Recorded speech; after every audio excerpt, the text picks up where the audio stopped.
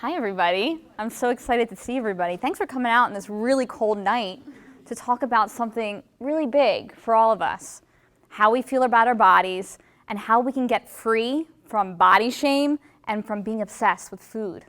It's possible. It is totally possible to get those things, and we're going to talk about it today. So, what's interesting is we all are on different stages of our healing. We all have experienced body shame in some way. So no matter where you are in your healing, you're meant to be here. So I'm very glad that you're here. So we're going to drop into our bodies and center before we jump into our lecture today. So if you can close your eyes and put a hand over your heart. You're going to take a nice deep breath into your heart and exhale through your mouth.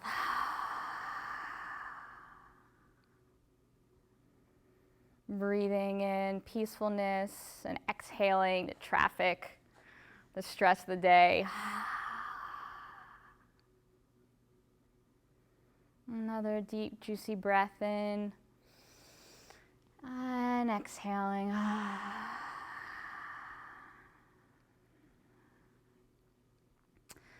And you're going to repeat after me the sacred words of our ancestors.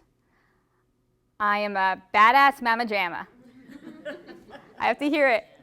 I'm a badass mama jamma. That's right. Okay, and take another deep breath into your heart, holding that truth in your heart. And exhaling any untruth.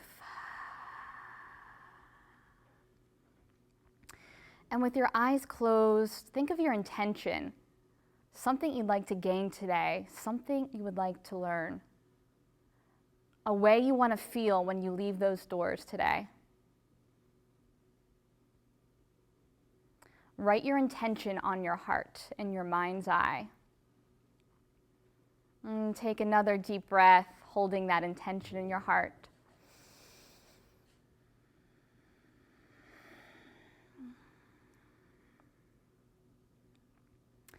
And my intention for our time together today is that I let the divine move through me, that I put aside my ego, and that you get exactly what you need. All right, you can open your eyes. Everybody should feel a little bit more relaxed right now from the day. So I'm going to ask a couple questions to kind of help us see how we're all on the same page when it comes to our bodies and kind of what we've been through regarding how we feel about our bodies. And if that question resonates with you at all, I want you to raise your hand. And it could resonate with you in the past as well, okay?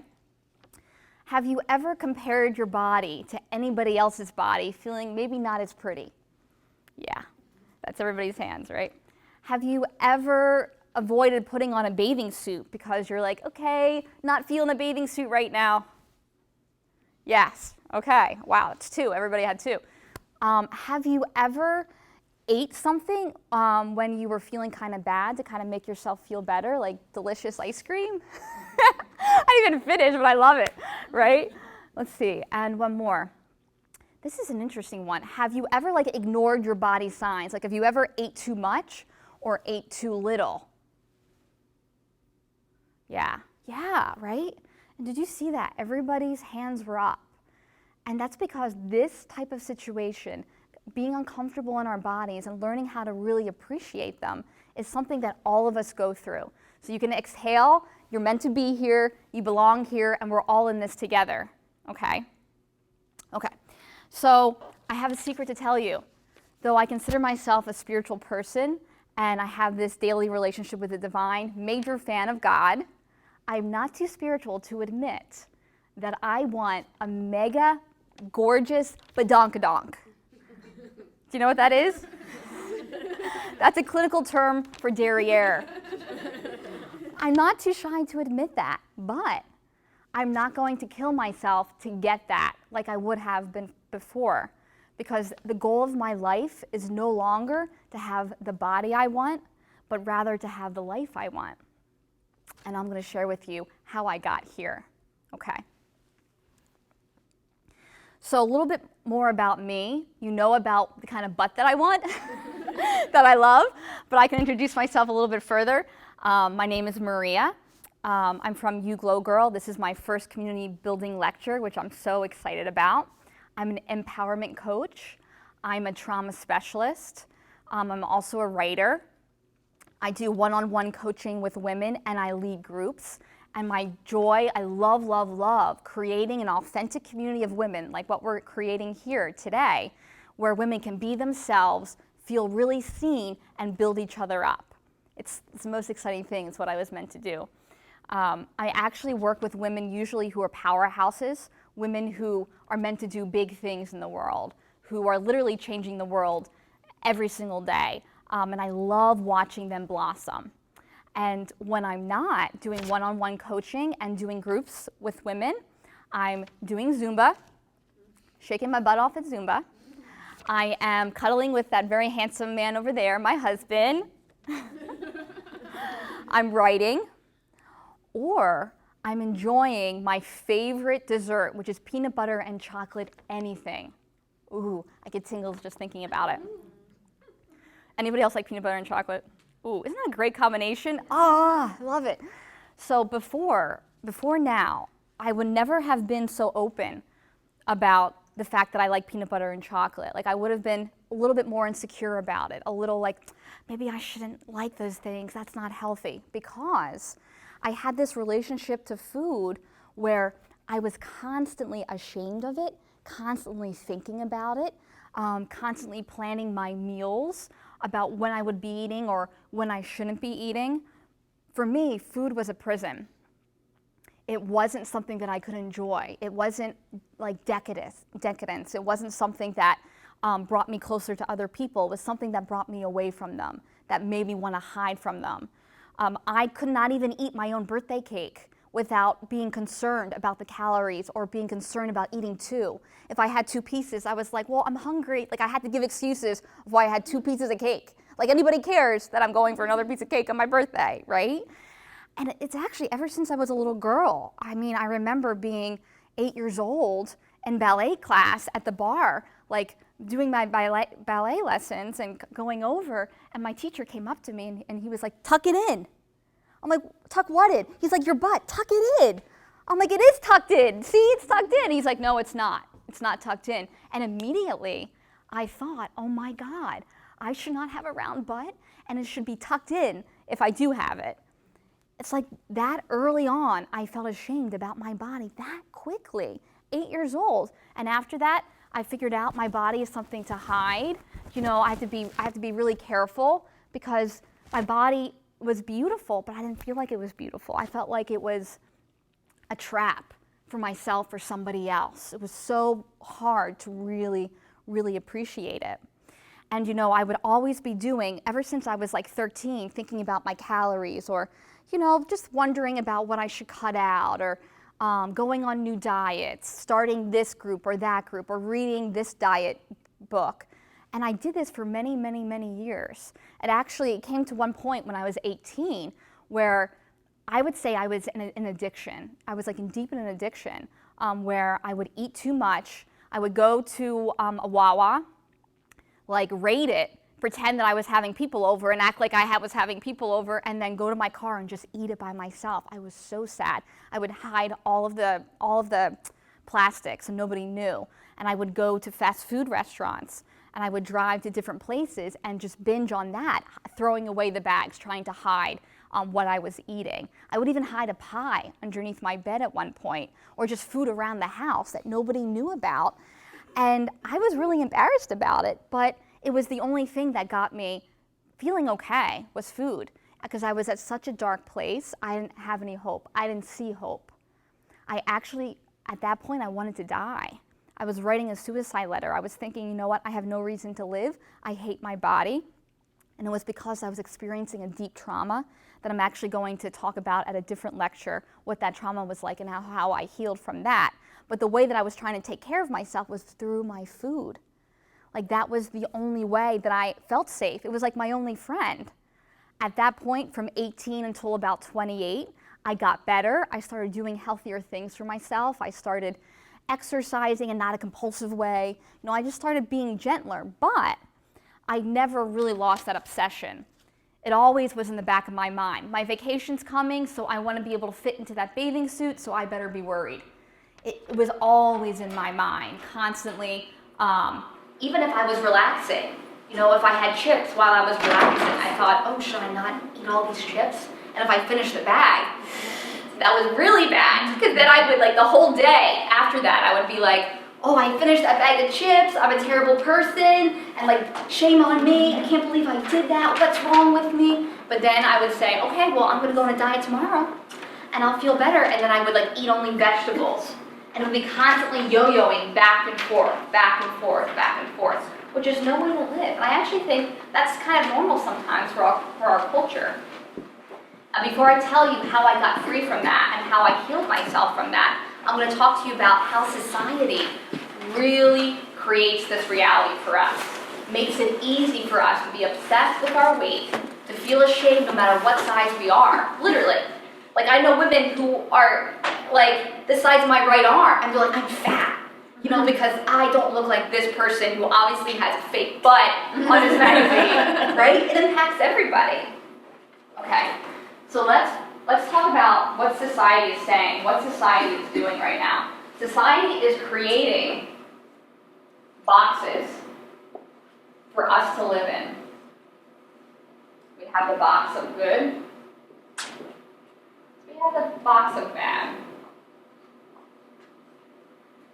Society is so food obsessed, so nutrition obsessed, so body obsessed, but not in a good way, because society is telling us that if we have junk, if we are a little overweight, whatever that is, because I feel like it's constantly changing, if we binge, if we really maybe enjoy food too much, whatever that is, I feel like that's changing all the time and we don't really know. You know, we fall here. We fall into this bad box. And when we're in this bad box, God help us, we're trying to fix ourselves.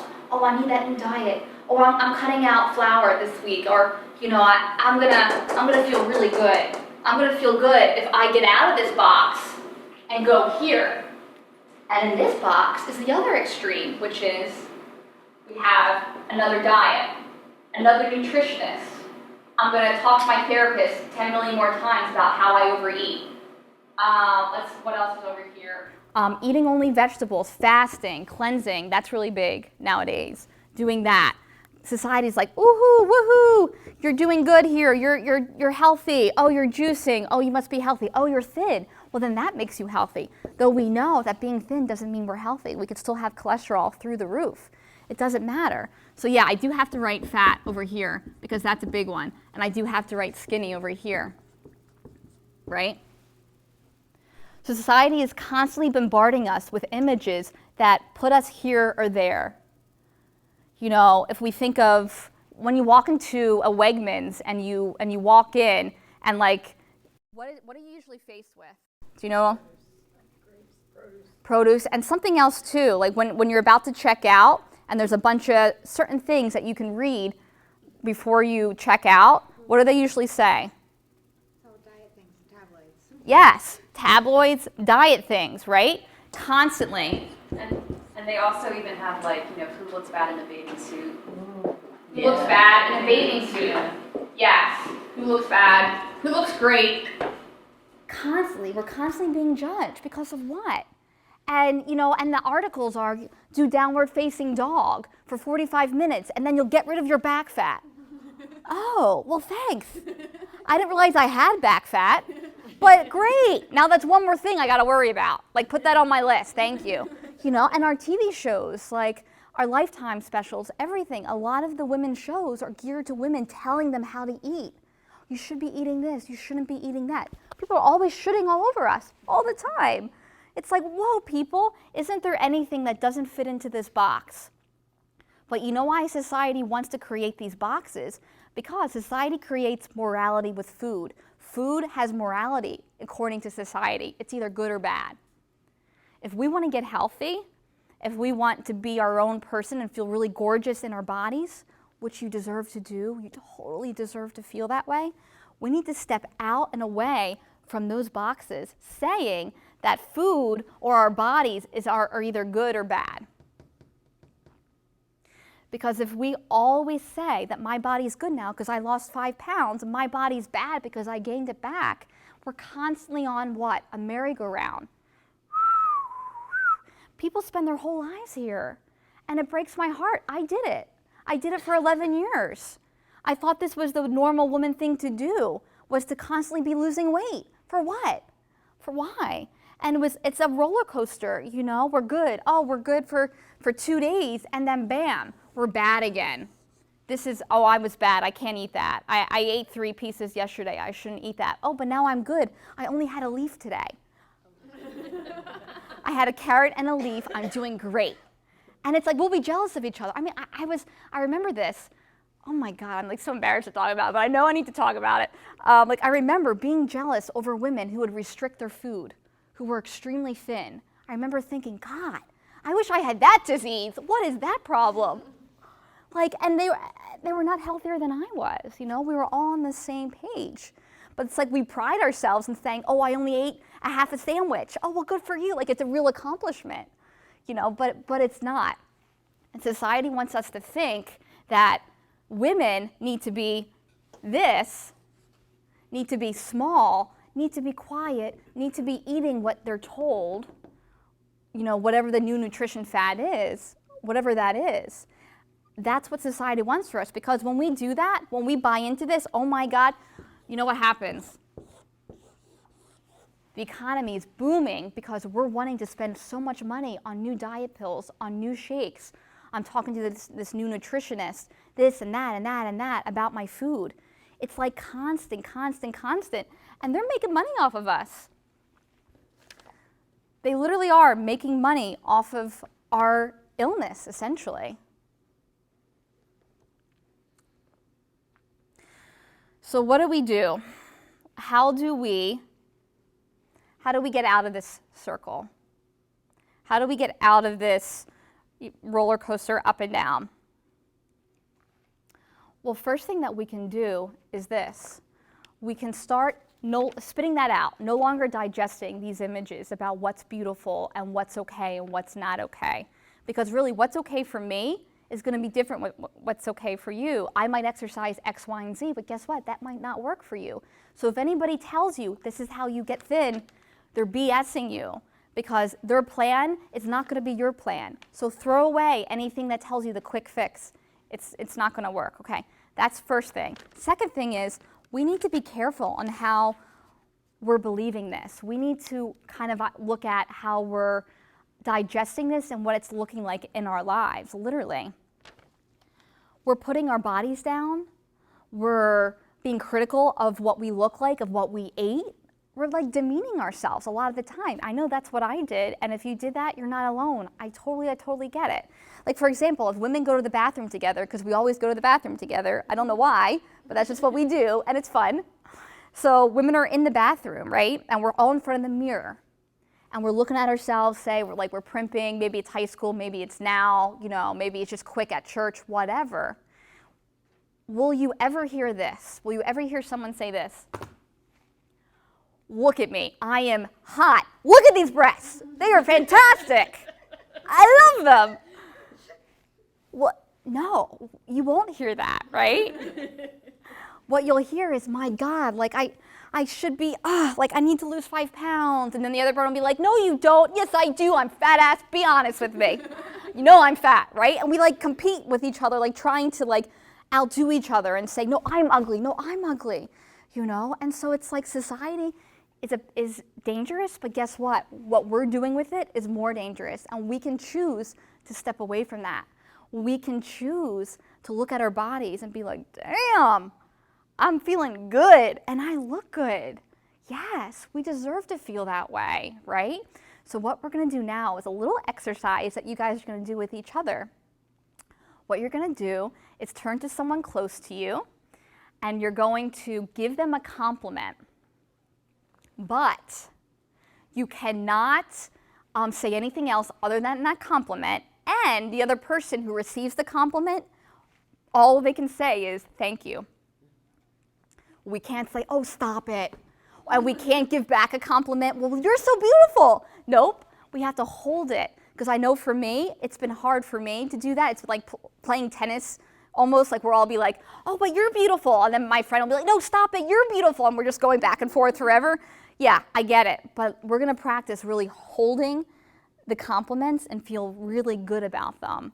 Okay, so find somebody, you can work with more than one person, and compliment them, and then just say thank you. So tell me, what was that like for you? You can just say a couple words of what that felt like. It was nice. It was nice, awkward, right? Well, we were just talking about how you feel like you have to pay back for the compliment.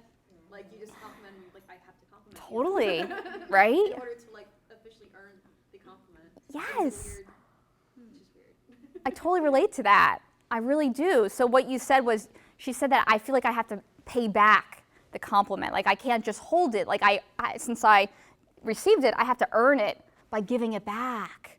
Whoa. That's big. That is really big for us women. That is so big. And you know that you're stepping into your power when you can own your gifts without putting them down. Oh, I'm not that great. I only studied for 6 years, on trauma, which I actually did, right? No, we get to say, yes, I am really great. I studied my butt off learning about trauma in the body. Thank you. So the minute that you do that, you're actually creating a ripple effect of women stepping into their power. And when we're stepping into our power, we're not going to be worrying about our calories, because that crap it's a waste of our time, right? Because we're doing too many cool things. We're feeling too connected. We're feeling too good about ourselves. We're not going to be comparing our bodies to other people's bodies when we're living who we're supposed to be. Okay? So we have this societal problem, right? Of skinny, fat, boxes, morality. Okay? It's like everybody is wearing like a lens of addiction, pretty much, when it comes to food, of obsession with food. It's like we're all wearing this. Society is just naturally wearing this. So how do we heal ourselves of this epidemic that actually is almost cool to have? Like it's almost cool to be like, yeah, I'm not going to eat that right now. Like how do we make it not cool? How do we make it not cool and stop talking about our food all the time? Like about what we eat or what we don't eat, It's not easy, because even God bless them, my parents, it's like, oh, you put on weight. Oh my, are you losing weight? Are you okay? Is everything all right? Tell me. And it's like, what? Yeah, I'm okay. I'm doing good. It's our family even has that eye too. And I don't think they really talk to men like that. I feel like us women get a little bit more of that attitude of, so how much weight are we putting on right now, and how much are we losing? So it's like, okay, so we're getting it everywhere. How do we get free from it? So I'll tell you what I did. So first, to begin taking off this lens and putting on a new lens of focusing on my soul instead of, the donut that I ate, I took part in a recovery program, and I can't say the name because they're actually really big on being anonymous, but I would be happy to email you about it. Just email me. So, something funny there? Oh, just by saying that if they're big on being anonymous, we know it's Overeaters Anonymous. Oh. Yeah. Well, that's like, yeah. Well, it's actually any 12-step too, which is anonymous. Oh, no, that you're totally right. You got it. Ding, ding, ding. So this is what I did, right? I did this for about 9 months, and what it was awesome, because it taught me that to heal my food, I can't heal it with more food. I can't heal it with another diet, right? I can't heal it by cutting out all my gluten and being proud of that, I can't heal this problem by working out every time I eat, by excessively working out. This program taught me that to heal the food, I have to have a whole new relationship with it, a whole new relationship.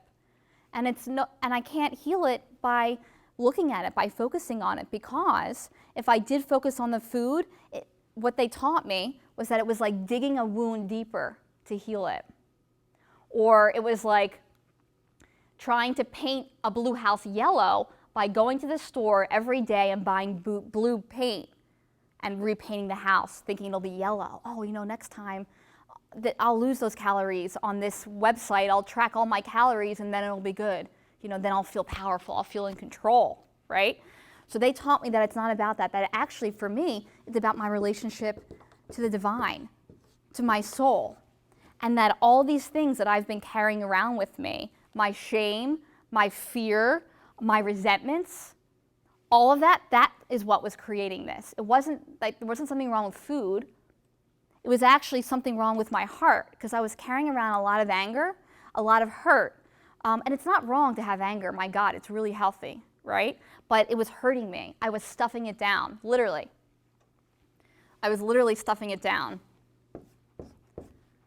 So that's why this program taught me that the more time I spend cultivating time with my own soul, which I call the divine, you can call it whatever you want, then I'm going to get healthier. And I did. I got a lot healthier. Huge, actually. I wasn't perfect. No, don't listen to anybody if they ever tell you everything's perfect and this is the ticket. Remember, fast trains lead to brick walls. Okay, those are the diet plans. Those are the whatever, right? The coach telling you, I'm going to make you lose this weight and you're going to keep it off. Really? Are you going to sleep with me and live with me and then train my thoughts to be happy? No, right? So this is what I did. I built this relationship with the divine. But this was so intense, like so intense. It required so much of me that it felt like another addiction. So I had to step away. Honestly, I'm really happy that I did this work. I'm so grateful to my sponsor who taught me to not jump further into the food to save myself, but further into my own arms. Like, I'm so grateful to her. Really, she kicked my butt into shape. But I had to leave because, like I said, it felt like another addiction. It felt like I was doing something else, just trying to keep away the feeling of being worried about my body and trying to hide it. Eventually it did. So at that point, when it felt like another addiction, I stepped away. And I left the program and I started taking what they taught me, which I'm doing now, and I started doing it my own way, kind of filtering it through my own soul, which I'm showing you now. So what's really interesting is that, again, everybody has their own box. Everybody might say, even the recovery program had a box. Okay, this is what we do, or you get out. This is how we do things. Everybody wants you to join their club, but I honestly don't think you need to. I honestly think just cultivating a relationship with who you are is going to be really, really, really awesome and really, really effective for you. All right. So our new solution is absolute juicy self-love. Juicy self-love, like knocking your socks off self-love, right? Accepting the compliments, feeling really good in your skin, loving your skin, really listening to your body. What is my body saying right now? What do I really want? Can I even hear my body? Can I even hear it anymore? Or am I stuffing down so long that I don't even know what I want? I don't even know when I'm hungry anymore. That's really common. How we listen to our bodies is first by finding out what's blocking us from hearing our bodies, from really listening to our soul. There's a wall, right? We all have some type of wall between us and our bodies.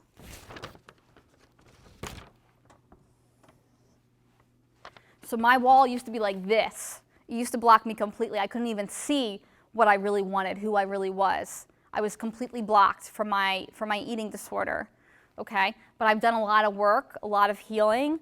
I still do a lot of work, a lot of healing. I go on a lot of retreats. I read a lot.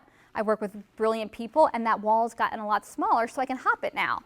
And I can appreciate myself a whole lot differently. But before, it was all the way up here. And this wall, we all have it, right? It's what keeps us from really feeling close to ourselves and also close to other people. And what this is something called unresolved trauma. Unresolved trauma. This is the wall between us and who we really are. And what this is, trauma is anything that has threatened your happiness, threatened your sense of confidence, threaten your sense of belonging. One of my favorite writers, mystics, Rumi, said that if you feel like you don't belong, then you're in your imagination, right? And that's what unresolved trauma is. It's the feeling that I don't belong here, or I'm not going to get what I need, and I can't listen to myself. I don't even know what I want anymore. Now, unresolved trauma happens. We all have been traumatized in different ways. You might be thinking, nothing really terrible happened in my life. Actually, we all are warriors. Every single one of us have overcome powerful, hard, difficult things, and as a result, you are wonderfully powerful now, and you can continue to overcome in the future, okay? So this is something that changed the game for me, changed the game. So I got out of the recovery program, and what happened was I had this memory of trauma come up in my mind. And what it was I had this memory of actual sexual abuse come up from my childhood. I was laying next to my husband in bed, and we were just talking. It was in the morning, and this memory came up, and I started screaming. I started running through the house. I had never experienced anything like this in my life. I thought I might die, actually. I've never experienced that, and I hope I never again. But I remember thinking, wow, like I felt so alone. I kept on saying, how could you? It was just the most horrific experience of my life. I was shaking for a day, and what did I do? Did I honor that memory? Well, a little bit. I started talking to family, and I would say things like, hey, do you know who could have abused me as a kid? Do you know? And people were like, no, you know. And I'm not putting down my family. It's just when we come out about the truth, it's hard for people, right? People don't know how to handle it. So I'm not putting down anybody, but it's just hard for people. So at that time, nobody knew, so I was like, you know what? It didn't happen. So it's like, okay, I'm going to cover up. So this wall got bigger. You know, because I needed to be validated. I needed someone to tell me, yeah, you were abused. I'm sorry. Like someone in my family, but they couldn't, and they can't. You know? So as a result, again, I put this away, this huge thing, tried to put it away, doesn't exist, everything's okay, I'm going to go on with my life, and I wasn't better. I still was worrying about my food. I still was concerned about what I ate or how much I was eating because I was trying to block this extreme thing that happened in my life. I wasn't ready to talk about it yet. I wasn't ready to honor it yet. I wasn't ready to say, oh my God, I should maybe change some things because I kind of know what this is about. You know, I wasn't ready to hold my truth. So my body reflected that. Because our souls and our bodies are one. How we feel about our soul and how we feel about our healing is how we feel about our bodies. It's the same thing. We can't feel really good emotionally and hate our bodies. They're connected. It's a sacred marriage, right? So, when I decided to actually look at this, when I decided to believe this, it was only, 6 months ago. And I said, you know what? I need to start honoring this because I might die emotionally if I don't. I really might lose a part of myself if I don't start to honor the fact that this happened in my life.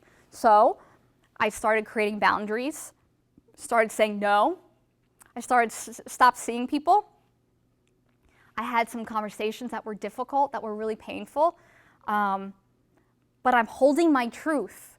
I'm stepping into my power, and I'm holding it a whole new way now, whole new way. And as a result, right now, I can tell you, I am the healthiest, strongest I've ever been in my life.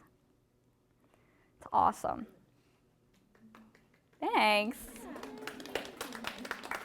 Thank you. It is something to applaud about. It's huge. It's so big because the kid at 18 would never have thought the woman at 30 could get up in the morning and enjoy breakfast without worrying about the calories or thinking, oh, well, that means I can't eat this later or whatever it is. Whatever. It's awesome. It's such freedom. So what do we do? What can you do in order to heal, say if you're struggling with food obsession or you're struggling with thoughts? What can you do? Well, first, what you can do is the self-love piece is really, really huge. And when I say self-love, I say, guess what? Every food thought, this is really big. This is really big. Every food thought is trying to protect you from this guy right here. Like, I'm the food thought, and this is my trauma, right? It's like nothing to see here. You're going to worry about your calories. Yeah. You're going to get on the scale first thing in the morning and feel bad about yourself. You don't have to feel bad about this, right? Whatever it is, it could be any addiction, right? It could be work, it can be religion, it could be alcohol, it could be sex. Don't think about what really happened over here. Let's cover this up, because why? Because it's not easy, it can be really scary looking at that. But if we start looking at it as a protector, a clumsy protector, then we also find some freedom from it. Because if I stop hating this thought, here I am preparing for this lecture on food, right? And what do you think happened? So I'm eating my oatmeal this morning. I'm eating my bowl of oatmeal, and I ate like half the bowl, and I'm like, oh, I'm full. Should I stop eating? Like, I start thinking, like, should I eat more? I'm like, here it comes. And then I asked myself, I was like, what's really happening here? What are you really feeling? What is this thought trying to protect you from? And guess what? It wasn't this, it was something else. It was the fact that I'm going to be here being really vulnerable, sharing my life story with women, a lot of women I don't know. Hello, that's scary. Food wants me just to be here, and like, this feels safe. Oh, I can worry about, I could just not finish this bowl of oatmeal, and I can worry about that and think about that instead of, holy God, what am I doing in the world? This is big. This is really big. So this is what we need to start looking at food, the food thoughts of the calories and the diets, all of it. It's like a knight trying to protect the queen in a clumsy way by like tripping over her dress. It's like, oh, I'm sorry, excuse me, I'm trying to protect you here, miss.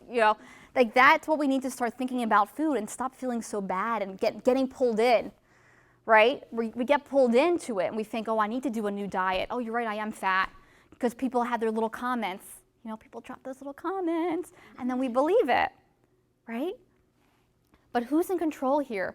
You are. You totally are in control. You can work on healing this. You can totally do it. Totally. This is big.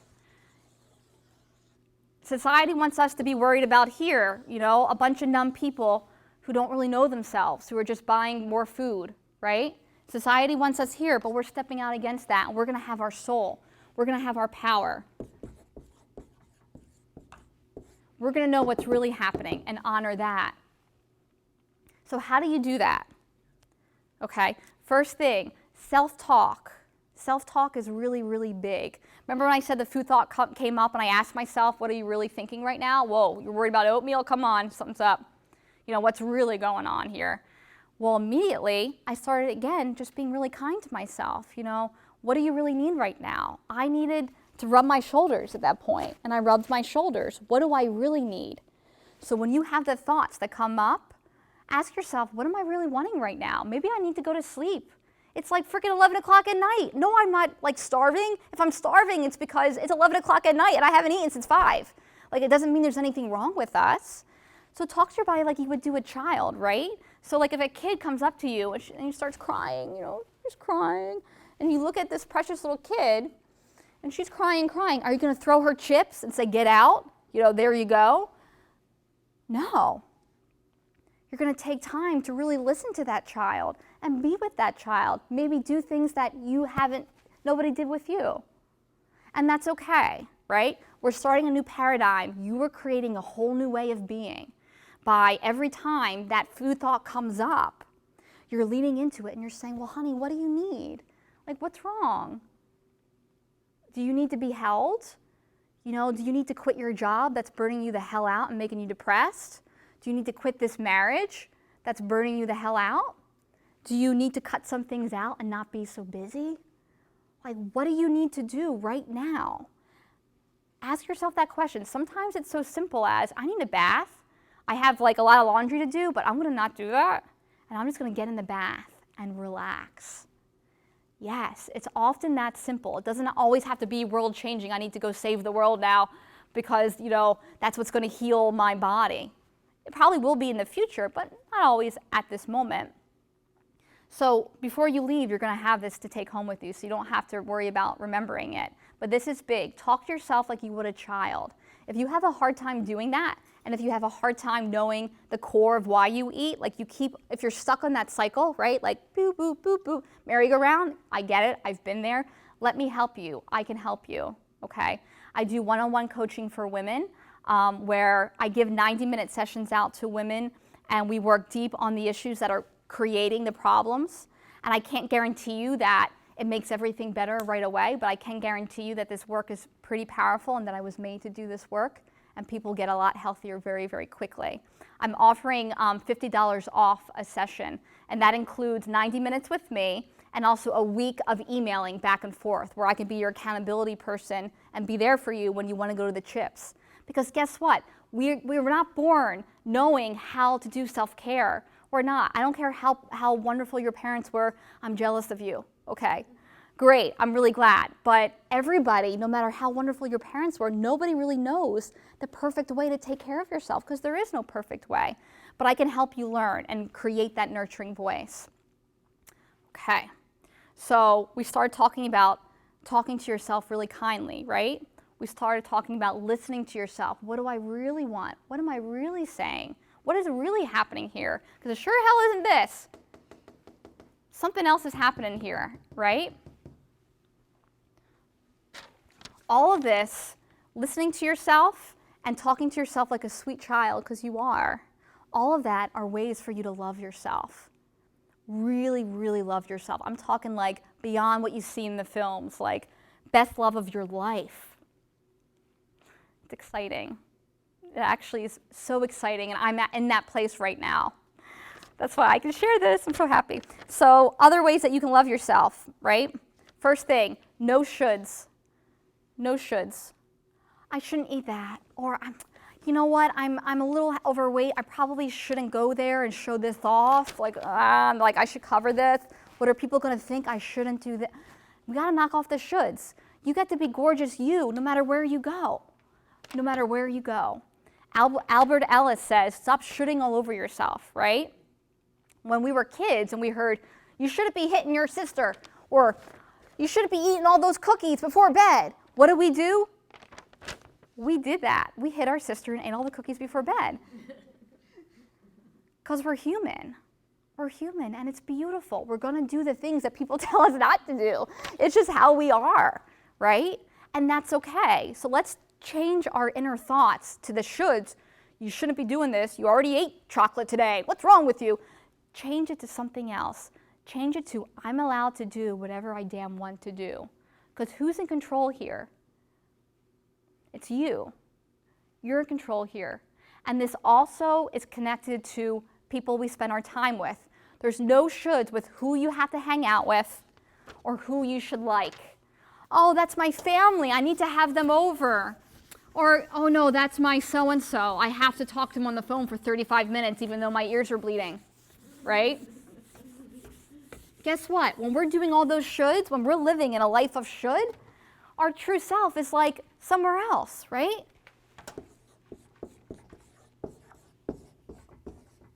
You don't have to like that person just because everybody else likes them, right? You don't. You don't have to be going there every Sunday, even though everybody else thinks it's a spiritual thing to do, but you don't feel like it's feeding your soul. You don't.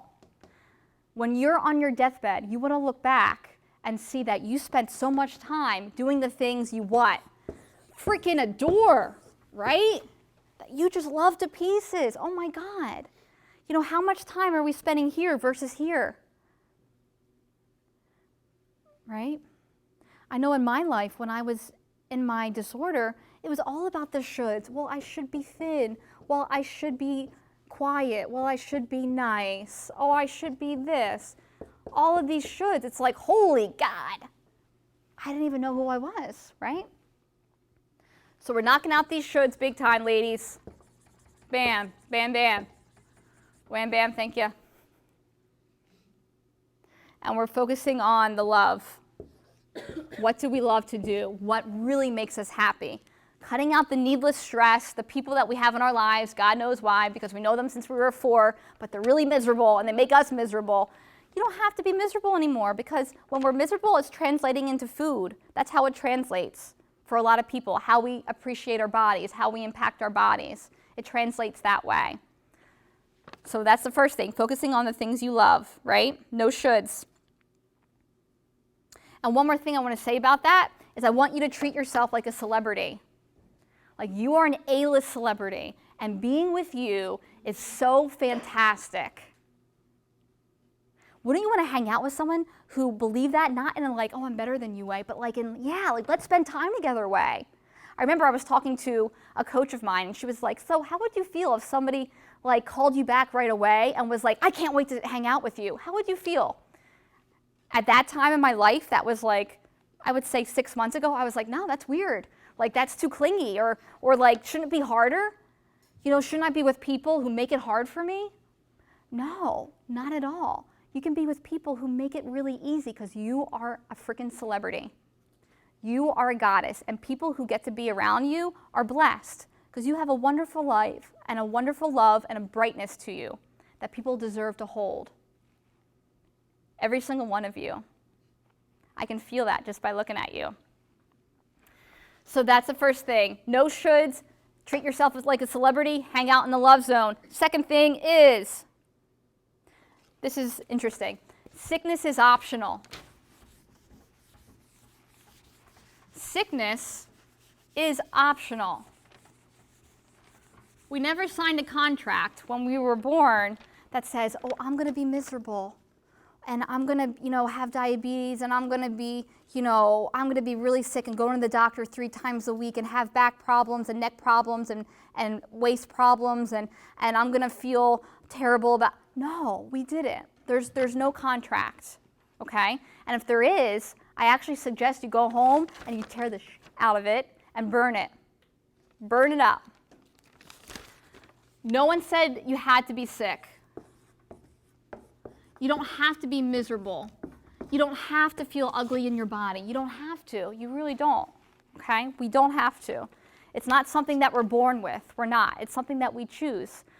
We can actually choose this. Every morning when you wake up, you can actually choose to walk right to that mirror, to kiss it, and say, you are so beautiful, and I'm going to make sure that you feel beautiful a whole day today. I'm going to do whatever I can to make sure you feel like that. Oh my gosh, like I start to get weak in my knees when I think about it, right? It's like, could you imagine that love? Like, it's so juicy. It's like what you read about in novels, but beyond, because you're doing it for you, and you're the most important person in your life. You are, because you will be there for yourself through everything. You will be the one showing up. You will be the one there no matter what. So that's big. We need a new contract. What is your new contract? That could be your contract, right? I'm beautiful, and guess what? I'm going to deserve to do whatever I can to make sure I feel like that in mind, body, and soul. Mind, body, and soul. New contract. Love it. Live it, love it. That's big. And before, when we did the exercise with the compliments, sometimes, again, we bond over misery, but this is new because we're going to bond over joy, right? You know what? I'm having a wonderful relationship with my husband, and I'm proud of that, and I don't have to hide that, right? New contract. Very exciting. Next one, get space. Take space for yourself to be alone. Alone. This is important.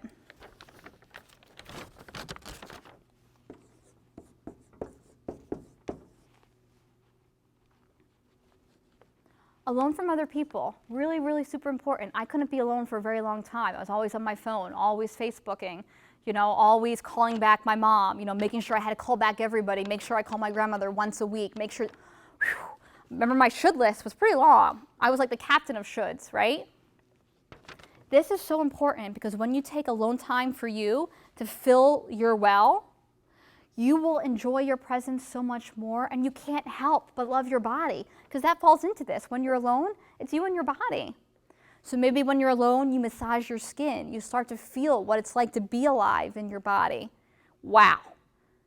It can be scary and wonderful all at the same time, right? Because it's like we spend so much time not feeling and not taking space, and when we finally do it, it's like, whoa, I'm bored. What am I going to do? It's like I need to get on Facebook right now. Where's Facebook? Get Facebook on. Let's bring it up. This is so important. Every time I take space for myself, I learn how to trust myself in a whole new way. I love my husband. I love my friends. But if I'm always with them, I don't get to know who I really am because I'm not really spending time listening. So I do my meditation, I'll do my dancing, I'll breathe, I'll write, and that fits into this. And don't be afraid of this, honey. Don't be afraid of this. It can be scary in the beginning, but the more you do it, it's going to get a lot easier, and you'll be like, God dang, why did I wait so long? Why did I wait so long to fall in love with this hot mama in the mirror or badass mama jamma, right? This is big, a lot of biggies. So we're going to screw up. We're not going to take space. We're going to be burned out. We're not going to talk to ourselves nicely. We're going to be human. Forgive yourself very quickly. Forgive yourself and let it go. Whoops, yep, I just got mad at myself because I had another donut. Whoops, okay, going to let that go. Tomorrow's a new day. Let it go. Don't hold on to it. Get in the habit of forgiving yourself. Wow, you know what? I was a real bitch just then. Whew, okay, I'm not going to think about it for the next 3 years, right? Because that will actually fuel the food, will fuel the food problem when we hold on to things that we did wrong. So forgive yourself right away. And this is easy to do when you're taking space to nurture who you are and what you want. Forgiveness comes a lot easier because you're reminding yourself, you know what, I'm worth it. I'm a really good person. Yeah, I made mistakes, but gosh, I'm really worth it. I deserve to feel good. Next one, take it slow.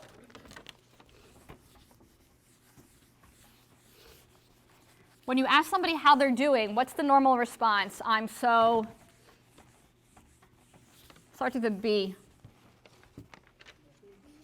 Busy. Yeah. Oh, I'm so busy. Oh, really? Well, what are you busy with? Well, 10 million 100 things, right? I've been in school a very long time. I have my master's. I've always gone to new classes. I've always gone to new workshops. I was like the queen of busy. Sometimes we wear this as a badge, like a place to hide, okay? And this keeps us from really having to spend time with people, including ourselves, if we're really busy. This is actually creating more of the food problem, though, because if we're burned out, our food and how we feel about our bodies is also burned out. So if we take time and say no and we're no longer busy, we're not going to feel burned out. Again, the choices that we make regarding our health and regarding our diet will be a lot easier because I'm not exhausted and I'm not like shoving pizza in my mouth at the end of the day, right? Because I'm so tired I can't even see straight because God knows what I did for the last 12 hours, right? Again, say no. Practice saying no to things. I'm the least busy I've ever been in my life, and I'm the healthiest I've ever been. I don't see some people that I really care about, though. I can't do everything, and that's the difficult part. But guess what? It's better not doing everything and being healthy than losing ourselves and not being healthy, but having everybody like us, right? And seeing everybody, right? So take it slow. Literally, move slowly. Move slow. Make it a practice where, like, one day, you're not going to rush through the house cleaning everything like a mad woman.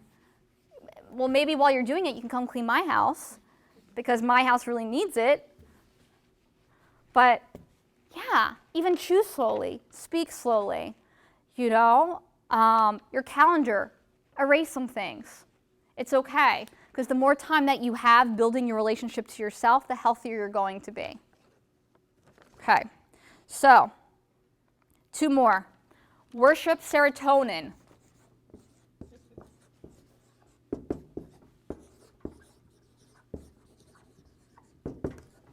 Serotonin, that is the feel-good chemical in our brain, helping us feel okay, helping us feel calm, helping us feel like, you know what?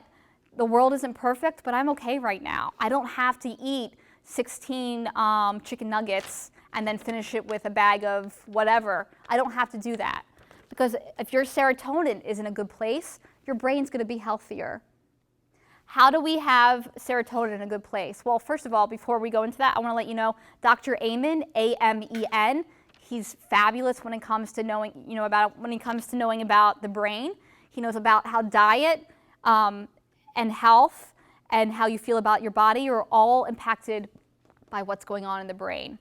So I highly recommend his work. It's been very helpful for me. So how do we keep our serotonin up? So around 3 o'clock, our serotonin, it's been climbing all day, but around 3 o'clock, getting the munchies, feeling tired, want to get on Facebook. Serotonin's actually literally dropping. It's nothing, you're not doing anything wrong. That's just what serotonin does. It drops around 3 o'clock. And then it keeps going down, down, down, down, down, especially at nighttime, 6, 7, 8, 9. Okay? Winter, there's more of a drop because we're not getting as much sunlight. So how do you build your serotonin? Increase your vitamin B. Vitamin B is dark green leafy vegetables. I think it's in some beans. It's in some other types of foods too. You can look that up. Vitamin B, you can increase it by getting enough sunlight. That's how you increase your serotonin. And also getting enough exercise. That feels really good and honoring to your body. And getting enough sleep. So that's how our bodies are more balanced and our brains are more balanced. They don't do like huge shifts in energy. By 3 o'clock, maybe you need to take a nap instead of reach for the candy bar, even though I like going for the candy bar sometimes because it's good. I'm happy I can say that without guilt now, which is really cool. So worship serotonin. This is the last one. Practice self-care like it's your job. You have your calendar out, you're scheduling your kids this and that, right? I got to get here, I have this doctor appointment. Sometimes we spend more time going to the doctor than we do our own self-care. I got to go to this doctor for my heart, I got to go to this doctor for my foot, I got to go to this doctor for my back, I got to go to this doctor for my brain. We spend more time going to doctors and going to specialists than doing what's really going to change everything. Everything is this. And it's over, we hear it all the time. Do self-care. You should really practice more self-care. But what does that really look like? First of all, we want to make it a job and actually put it on our calendar. Like seriously, put it on our calendar. Make it so important, so important. I'm spending so much more time here than I ever have. And again, I'm the healthiest that I've ever been. So put it on your calendar. And something else. You can view it as a guilty pleasure. And then you can actually make it a guilty pleasure. And it's something our society is kind of forgotten, right? Because remember those boxes of good, bad? It's hard to think of, I can enjoy things?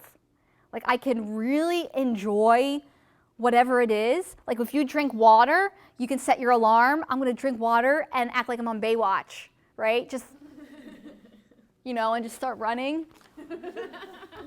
That's what I do when I drink water. I don't know what you do when you drink water. Right? And that's what you can do. You can make your life fun. That contract, we whited it out, saying that we have to be miserable to take care of ourselves. We're taking on things that are good for us and making it a guilty pleasure. Making it feel really good. Being really creative in it. Maybe sticking your hand in the mashed potatoes. Like when you're making them. I'm serious. And it's okay. It feels good. Yeah. She's like, it feels amazing, right? And then smash it on your husband's face or whoever. Seriously, do things that feel really good because life is short. And there's not going to be somebody at the end, when you die, that's like, oh, good, great, you got your taxes in on time. Oh, good, taxes in on time. That's hard to do. Good about that. And what else here? Oh, yeah, you went to church every Sunday. Excellent, excellent. And yeah, you were a little bit miserable, but at least you got all of your laundry done. Excellent. Woo! No one's going to be doing that. It's actually just going to be you, and you're going to want to feel alive. You're going to want to be confident. You're going to want to be proud of who you were, right, on your deathbed. I spend more time living my life than getting my laundry done, and my husband can attest to that. That's why he does the laundry. So, guilty pleasures. You're going to take home my own list of guilty pleasures so you can start building your own. I have to credit one of my mentors, Melissa Casera. She helped me She helped me to start learning about, about guilty pleasures and how it's just so much fun living life that way. So write your guilty pleasure list and do one thing from it at least every day. At least every day. And again, you'll have my own to inspire you, but that's important. More fun, less seriousness, right? Okay, great. Okay. So remember, food is never the problem, right? Food is not the problem, it's not the answer. The problem is the feeling that we don't deserve to be gorgeous, to feel like a freaking lingerie model, even if we're wearing sweats, right? To feel really delicious, to have life be wonderful and joyful, to make the money we need, to have the people in our lives, plus be healthy. That's the problem. If we feel like we don't deserve all those things, so then we try to sabotage ourselves with things, okay? All of this is helping you expand your ability to feel joy and to realize that you deserve it, right? You totally deserve it because you made sure everybody else in your life has it. So now it's your turn, okay? Now it's your turn. All right, thank you so much for coming, everybody. I really appreciate this. Thank you.